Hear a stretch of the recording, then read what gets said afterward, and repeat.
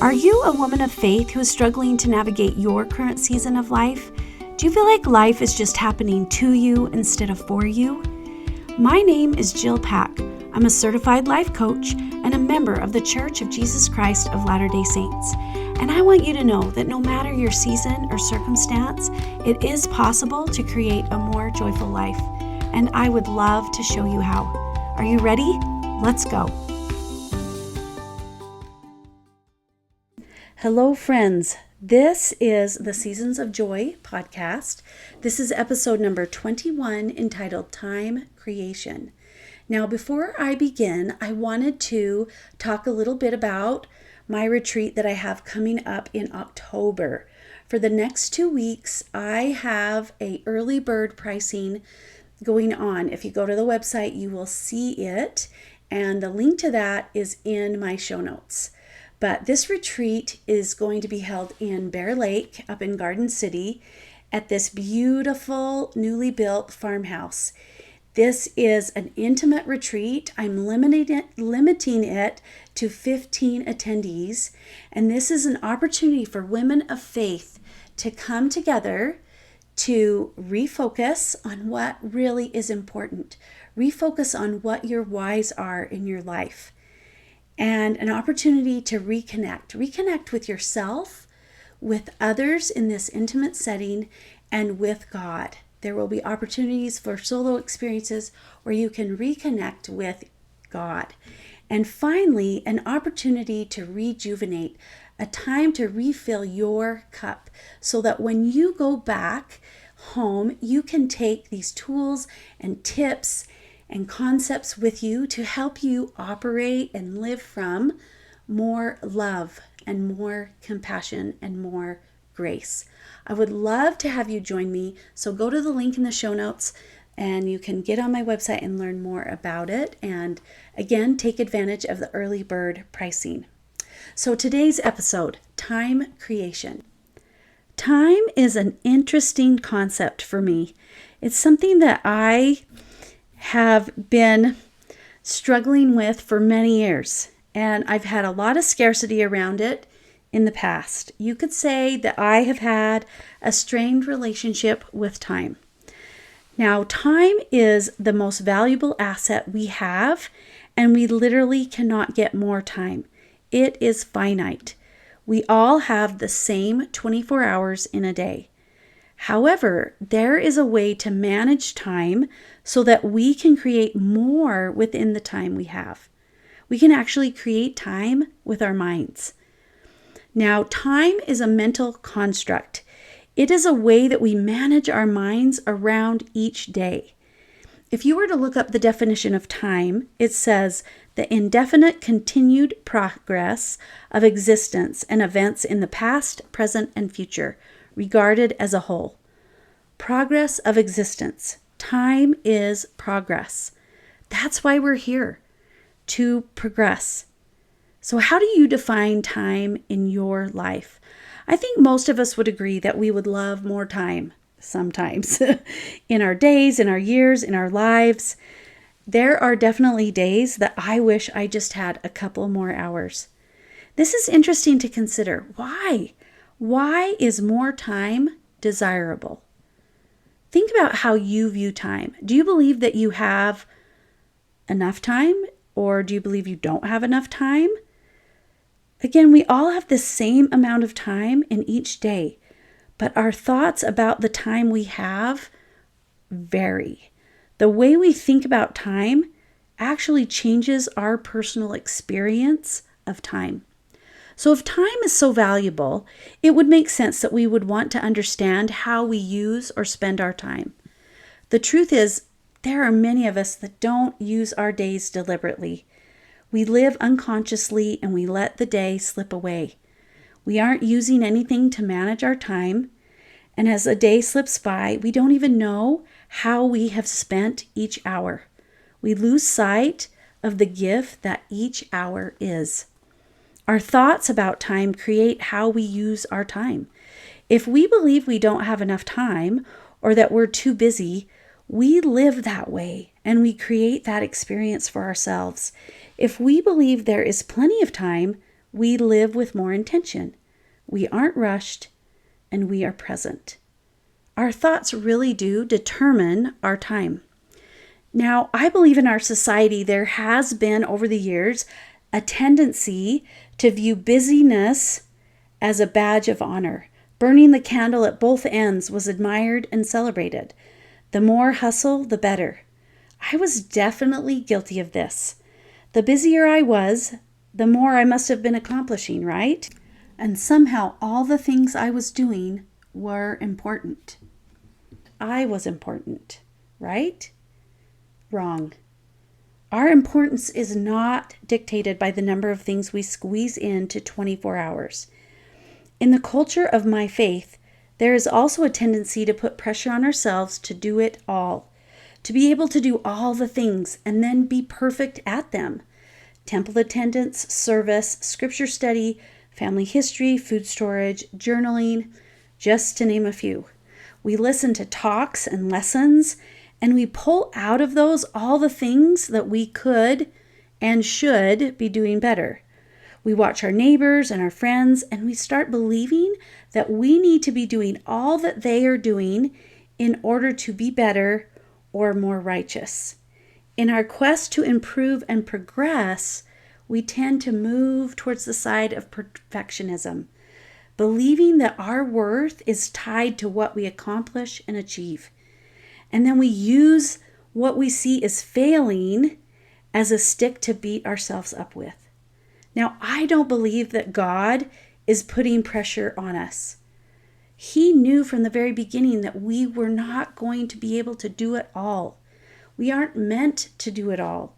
We are here to have a mortal experience where we learn, grow, and progress. Time is progress. The truth is, we're 100% worthy and valuable without doing any of the things I mentioned. And so then you may be asking, what's the motivation? Why do we do any of those things? And my answer is, for the fun of it, for the experience of it, for the learning and the growing that comes with it, to become more like our Savior, to experience joy. There are things that we do that cost time, and there are things that we do that will create time. This can seem a little bit confusing because we like to think of time as this fixed thing. But remember, time is a mental construct. This is why 1 hour feels different from another, depending on what we are thinking and ultimately experiencing. So you may be stuck in traffic and your car is hardly moving for an hour. That's going to feel very different than having lunch and visiting with a dear friend for an hour. The hour is the exact same amount of time, but it feels different. So the way we talk about it is different. Time goes fast or slow depending on how we think about it. I like to think of time as something we spend or create. Sometimes we spend our time in a way that costs us. Other times we are more deliberate with our time, which creates more time. One of the first things to help us create more time is to consider how we cost ourselves time. Some of the main ways we waste or lose time are worrying, buffering, people-pleasing, indecision, confusion, judging ourselves and others, regretting, and being overwhelmed. Now, I want to spend a few minutes talking about each one of those. Number 1, worrying. Now, worrying pretends to be necessary, but it actually produces nothing of value. There is no upside to worrying. I like to think of worry as an action. It's something that I'm doing. I'm indulging in a negative emotion, and it actually burns up time. There really is nothing to show for the time we spend worrying. As a mother, I have actually spent a lot of time worrying about my children. I would worry about worst case scenarios in the things that they were doing. They would make certain choices and then I would immediately go to worry. I would lose sleep because I was worried. I wouldn't accomplish anything in that time but worry. And rarely did I find a solution because I was using my time thinking about things that hadn't even happened yet. Now, I'm not suggesting that we're never going to worry about our children or other things for that matter. It happens. We do it. However, are you indulging in worry? Is the amount of worry you experience costing you time? What is the upside to worry? What is the downside to not worrying? Number 2, buffering. Now, buffering is a way that we actually escape or try to escape emotion. It takes us away from the present moment and the present emotion, and it chooses unconsciousness or an escape from time, and it costs us time. Now, I have used food in the past as a buffer for many years. And instead of dealing with the emotion I was feeling, I would stuff it away with food, only to have that same emotion come back later, and then I would repeat that cycle. Buffering allowed me to escape uncomfortable emotions for a time, but it left me with less time and more of what I didn't want: weight gain, poor health, and shame. Number 3, people pleasing.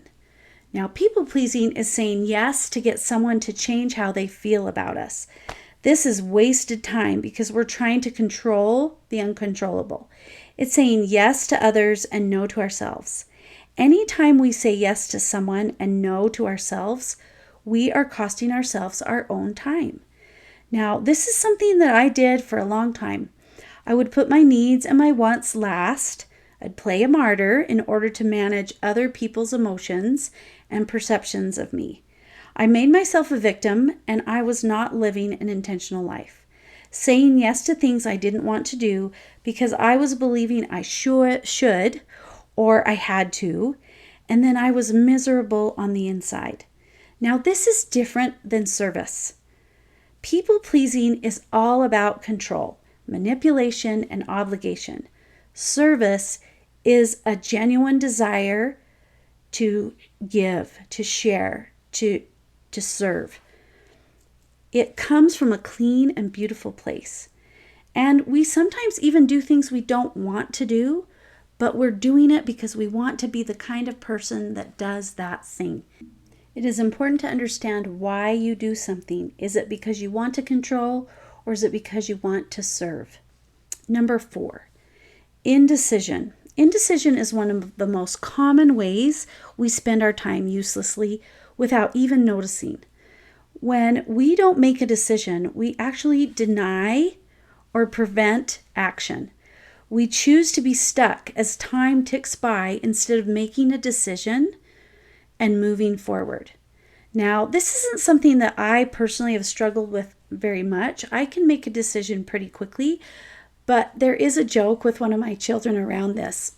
I have a saying that I use on occasion with this child, and this is it. No decision is a decision. When we don't make a decision because we are afraid of making the wrong decision, we are actually making a decision, and it is most likely one we won't want in the long run.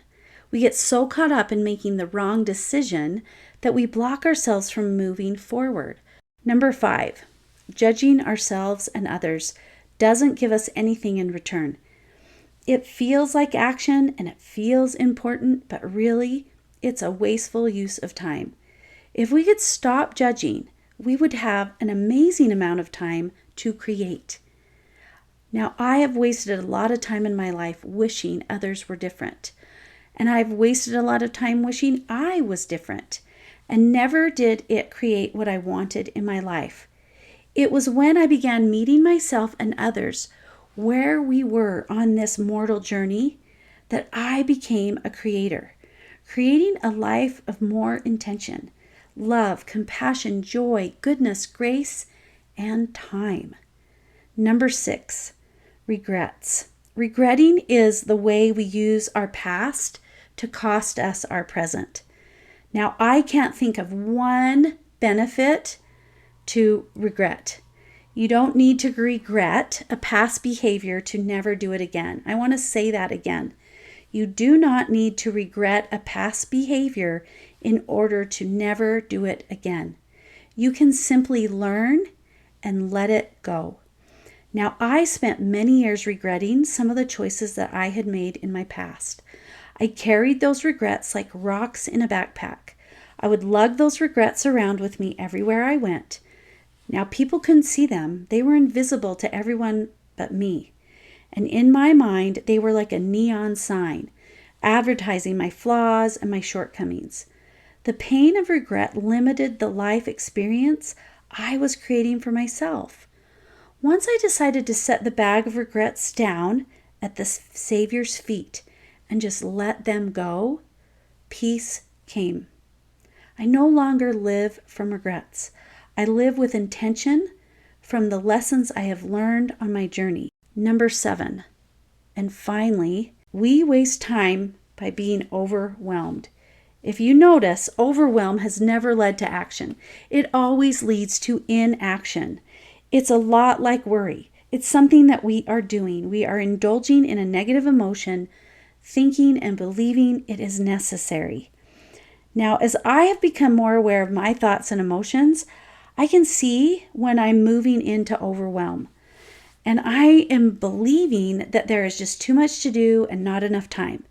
Now, in the past, I would spin into the black hole of overwhelm, spinning in circles, not knowing what to do and feeling out of control, and then I would act out of control. My family will attest to that. Many scenarios where they would see their mom freak out in overwhelm.